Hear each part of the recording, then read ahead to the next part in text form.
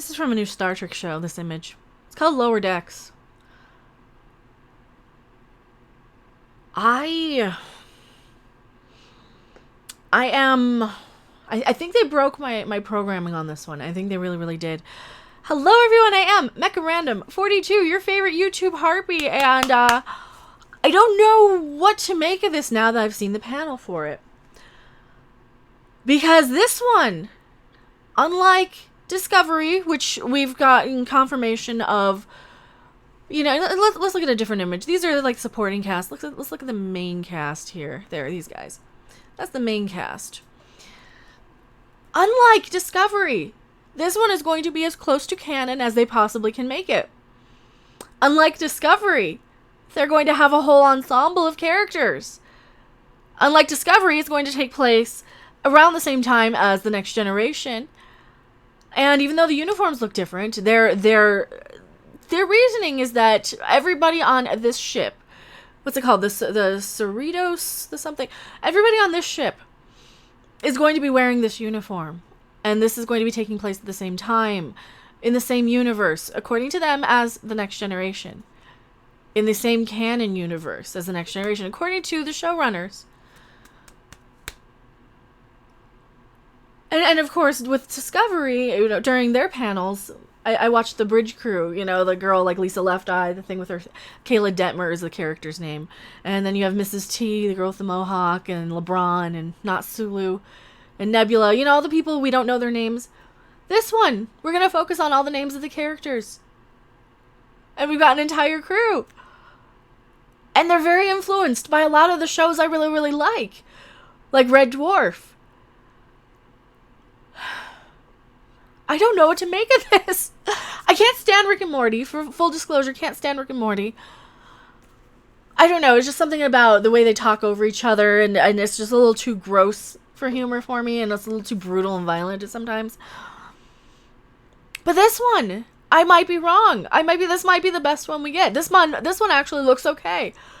And after watching all of the Lower Decks panel at Comic-Con, or not at Comic-Con, at Star Trek Las Vegas, I think this one might be the best one. Now, am I happy that they released all of the information at Comic-Con the week before? No, that still.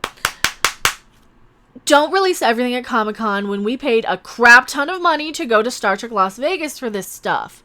All right, I get why they did it, because the Warner Brothers dropped out, DC dropped out, so they got probably a really reasonable price to get in to show off everything, and they probably packed it up pretty quickly from Star Trek Las Vegas.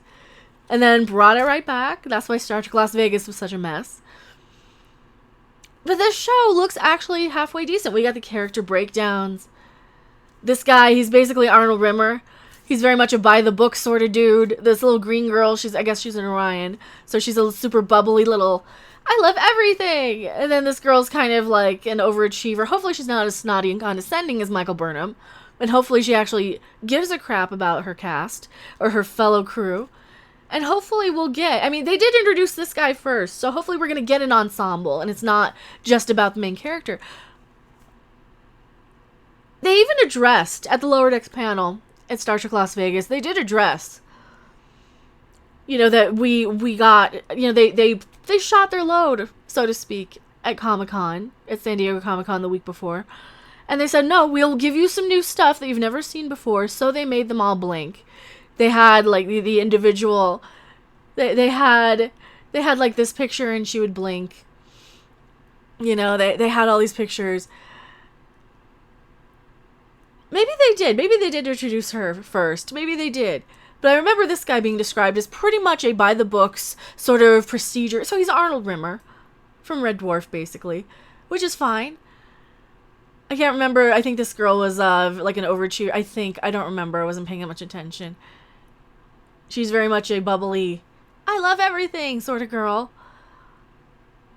But this one, from what they're telling me, Lower Decks might very well be the one that we actually like. You know, we're not going to see a lot of the captain and the doctor and stuff, but they're in there. We're not going to see a lot of this main bridge crew. We're seeing, like, the lower decks.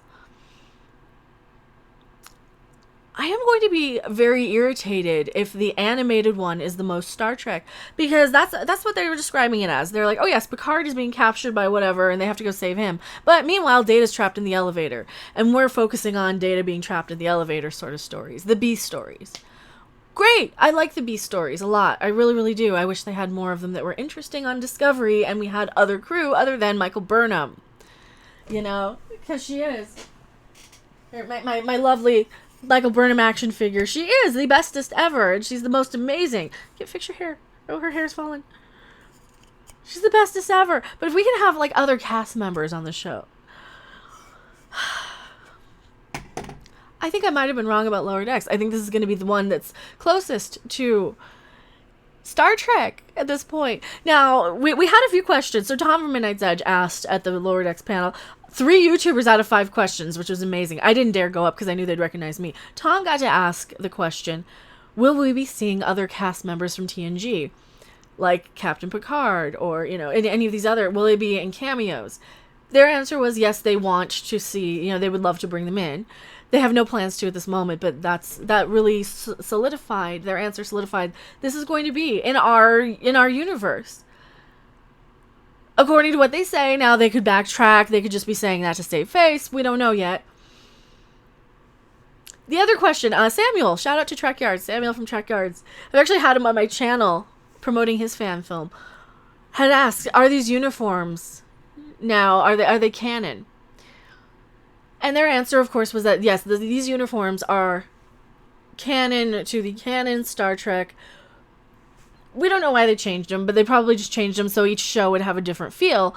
Well, that is actually what they answered now that I think about it. They did say, if you see the Next Generation, you know, Next Generation, that's the uniform. You see DS9, you see the DS9 uniforms. Even though there's overlap, you see TOS, that's a TOS uniform. Even though all the 90s shows had the overlap and they all kind of had pretty much the same uniforms up to a point, and Voyager still had the old uniforms. Their answer is that for this ship, they wear this uniform, which goes against canon. It does. It goes against canon because we know that DS9, they started off with the other uniforms, right? Didn't they start with the other ones? Voyager started with the same uniform that they were wearing on the Enterprise. So we know that that's a bit of a retcon. So I don't know how to feel about that, actually, now that I'm thinking about it. I'm thinking this out loud in my head. I don't know if I like the retcon, but that's their answer. Now, Rob from Midnight's Edge asked a question. How will they be inspired by the Orville? Was this a direct answer to a lot of fans liking the Orville? Something to that effect. And they did their best to not answer the question. They said, well, you know, I guess he said, how's it going to differentiate itself from the Orville? And they really didn't have an answer other than the Orville's in its own universe and there won't be a crossover, which we know there won't be a crossover. It's in its own universe. It's a different company. It's different people. It really, really solidifies my thoughts that this show will be Star Trek's answer to the Orville, to all of us who are like, we like the Orville. Hopefully they can keep the comedy toned down. I don't think this is going to have nearly as much comedy as they think it's going to have. Or as they're anticipating, or as we're anticipating. Because one of their answers was, oh yes, Next Generation was always funny. Which, yeah, there's a lot of moments in Next Generation which were kind of hilarious. Let me see if I can pull any of that up. I probably can, yeah, right now. Sir, I protest. I am not a merry man. Funny. There was funny stuff in TNG. There really was. There's funny stuff in Star Trek. There's moments of levity. And when they actually brought in Spock, or the character that says he's Spock, who looks and acts nothing like Spock, when they brought in that character on Discovery, I kind of liked that character. I liked his interactions with Michael Burnham. I don't like it as Star Trek, but I wasn't hating that character. So same thing with Anson Mount, wasn't hating that character. But you need the moments of levity, right? You need moments of levity that aren't cringe. I like science. You know, that aren't that. That aren't, you know, that's the power of math and I like science. You need moments in Star Trek that are fun, but you still can't take away from the fact that it's Star Trek. So I think I might have been wrong. This one might look halfway decent. I don't know though. Time will tell. We haven't seen it yet. It's still going to take a while. And it looks kind of like cheap Flash animation. It really does. It looks like they're just knocking this out as quickly as possible to make as many of them as possible. We're also getting 2 animated short treks. We're getting another animated series. Why do we need so much Star Trek? I don't know why we need so much right now. If they can't get the one show right, stop making 5 or 6 more, right? And that's clear to me that they couldn't even get Discovery right. And Discovery is going to be a lot more of the same. Discovery is going to be more of the Michael Burnham show, starring Michael Burnham as Michael Burnham, bestest thing ever. And she's going to be the captain next season. That's going to be a whole nother video. So keep an eye out for that video.